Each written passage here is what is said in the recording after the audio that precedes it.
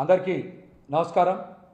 సాక్షి TV చర్చా వేదికలో కృష్ణంరాజు గారు చేసినటువంటి వ్యాఖ్యలకి వైఎస్ఆర్సీపీ పార్టీకి కానీ అదేవిధంగా సాక్షి ఛానల్కి కానీ ఏమాత్రం సంబంధం లేదని ఈ సందర్భంగా తెలియజేస్తున్నాం. ఆ చర్చా వేదికలో పాల్గొన్నటువంటి కృష్ణంరాజు గారి వ్యాఖ్యలు ఆయన వ్యక్తిగతమైనయే కానీ వైఎస్ఆర్సీపీ పార్టీకి కానీ సాక్షి ఛానల్కి కానీ ఏమాత్రం సంబంధం లేదో దానికి వైఎస్ఆర్సీపీ పార్టీకి కానీ సాక్షి ఛానల్కి కానీ ఎటువంటి బాధ్యత లేదని కూడా ఈ సందర్భంగా తెలియజేస్తా. మహిళల మీద ఎవరైనా సరే వారి ఆత్మ గౌరవాన్ని తగ్గించేలా, కించపరిచేలా, తగ్గించేలా ఎవరు వ్యాఖ్యలు చేసినా అవన్నీ ఖండించేయే. కృష్ణంరాజు గారు చేసినటువంటి వ్యాఖ్యలను కూడా వైఎస్ఆర్సీపీ పార్టీగా మేము తప్పనిసరిగా ఖండిస్తూ ఉన్నామని కూడా ఈ సందర్భంగా తెలియజేస్తూ ఉన్నాం. ఒక ఛానల్లో ఒక జర్నలిస్ట్ చేసినటువంటి వ్యాఖ్యలకి ఒక పార్టీకి సంబంధం ఏముంటుంది? ఒక జర్నలిస్ట్ చేసినటువంటి వ్యాఖ్యలకి పత్రికా యాజమాన్యానికి సంబంధం ఏముంటుంది? కావాలని Telugu Desam party, ITDP, Telugu Desam social media, కొన్ని యూట్యూబ్ ఛానల్స్ ఈ అంశాన్ని అడ్డం పెట్టుకొని విపరీతంగా దుష్ప్రచారం చేస్తూ వైసీపీ మీద బురద జల్లాలనేటువంటి ప్రయత్నం చేస్తూ ఉన్నాయి. ఇది అంత మంచి పద్ధతి కాదని కూడా హెచ్చరిస్తూ ఉన్నాం.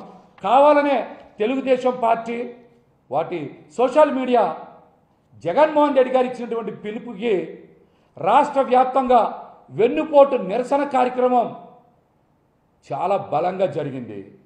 ప్రజలు పాల్గొన్నారు. రాష్ట్ర వ్యాప్తంగా నిరసన విజయవంతమైంది. ప్రజల్లో విస్తృతంగా చర్చ జరుగుతుంది. ఈ అంశాన్ని ఏదో రకంగా దారి మళ్లించాలి, ప్రజల దృష్టిని పక్కదారికి తీసుకెళ్లాలని ఒక జర్నలిస్ట్ చేసినటువంటి వ్యాఖ్యల్ని కావాలని 48 గంటలుగా ఇష్టానుసారం కొన్ని పత్రికలు, కొన్ని ఛానల్స్ అదే పనిగా మాట్లాడుతూ ఉన్నాయి. మీరు కృష్ణంరాజు గారి దగ్గర వివరణ తీసుకోవాల్సిందే. ఆయన మాట్లాడినటువంటి పొరపాటుకి, తప్పుకి వైఎస్ఆర్సీపీ పార్టీకి ఆపాదించడం ఏంటి? దీనికి కూడా ప్రజలు గమనిస్తున్న విషయాన్ని కూడా మర్చిపోయి విచ్చలవిడిగా మాట్లాడుతూ ఉన్నారు.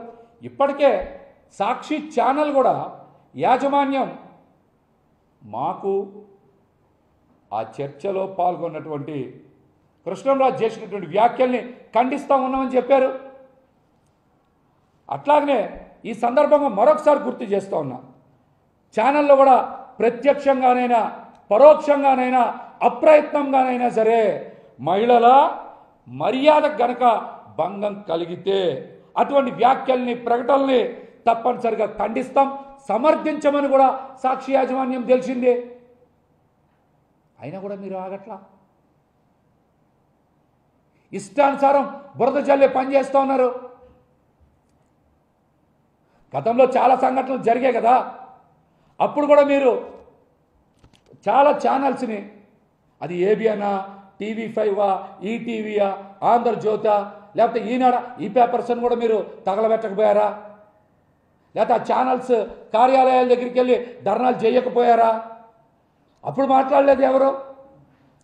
కావాలని జగన్మోహన్ రెడ్డి గారి కుటుంబాన్ని టార్గెట్ చేసి వ్యక్తిగతంగా ఇబ్బంది పెట్టాలనేటువంటి కుట్రలో భాగంగానే ఇది చేస్తూ ఉన్నారు. ఇది ఆ రోజున చాలామంది నాయకులు కూడా ఇష్టానుసారం మాట్లాడారు కదా, అప్పుడు ఎందుకు ప్రసారం చేయలే మీరు? అప్పుడు ఎందుకు ఇంత గోల చేయలే మీరు? అంటే మీకు నచ్చినప్పుడు ఒకసారి, లేకపోతే ఇంకొకసారి ఇంకోలా మాట్లాడతారా? అప్పుడు మహిళల ఆత్మగౌరవం దెబ్బతినలేదా? ఈ ఛానల్స్ యాజమాన్యాలు ఎవరికి దెబ్బతినలేదా? దీనికి కూడా వారు సమాధానం చెప్పాలి. కృష్ణంరాజు గారు కూడా నిన్న బయటకు వచ్చారు. ఆయన కూడా పొరపాటు జరిగిందని మాట్లాడారు, వీడియో రిలీజ్ చేశారు. ఆయన మాట్లాడిన దానికి సాక్షి యాజమాన్యానికో వైఎస్ఆర్సీపీకో సంబంధం ఏంటి? అలా అయితే చాలా ఛానల్స్లో చాలామంది మాట్లాడుతున్నారు కదా, అప్పుడు కూడా మీరు ఆ యాజమాన్యాల మీదనో ఆ పార్టీల మీదనో కేసులు కడతారా? కేసులు కడతారా? సమాధానం చెప్పండి. దీన్ని అర్థం పెట్టుకొని అత్యంత దారుణంగా వైఎస్ఆర్సీపీ పార్టీ మీద, జగన్మోహన్ రెడ్డి గారి కుటుంబం మీద విషం చిమ్మేటువంటి ప్రయత్నం చేస్తూ ఉన్నారు. ఇవంతా చేసేది తెలుగుదేశం పార్టీ సోషల్ మీడియా తోడేళ్లే. ఈ విష ప్రచారం చేసేదంతా తెలుగుదేశం పార్టీ సోషల్ మీడియా తోడేళ్లే ఈ దారుణాలకి, ఈ అకృత్యాలకి పాల్పడతా ఉన్నారు. అధికారం చేతిలో ఉందని, ఎవరు ఏం చేయలేరని, రెడ్ బుక్ రాజ్యాంగం మనకి అండగా ఉందని, పోలీస్ వ్యవస్థ కూడా మనల్ని ఏం చేయలేదని మీ ఇష్టానుసారం సోషల్ మీడియాలో బురద జల్లి, విషం జల్లి, వ్యక్తిత్వ హసనం చేస్తే ఊరుకునేటువంటి పనే లేదని కూడా ఈ సందర్భంగా హెచ్చరిస్తా ఉన్నాం. ఈ వైసీపీ పార్టీ మీద బురద జల్లితే ఉపేక్షించే పని లేదని కూడా హెచ్చరిస్తూ, వైఎస్ఆర్సీపీ పార్టీ మీద, జగన్మోహన్ రెడ్డి గారి మీద ఇష్టానుసారం సోషల్ మీడియాని వేదికగా చేసుకొని ఈ ఆకృత్యాలకి, అఘాయిత్యాలకి పాల్పడుతున్నటువంటి టీడీపీ సోషల్ మీడియా మీద ఎందుకు కేసులు నమోదు చేయరని మేము సూటిగా ప్రశ్నిస్తూ ఉన్నాం.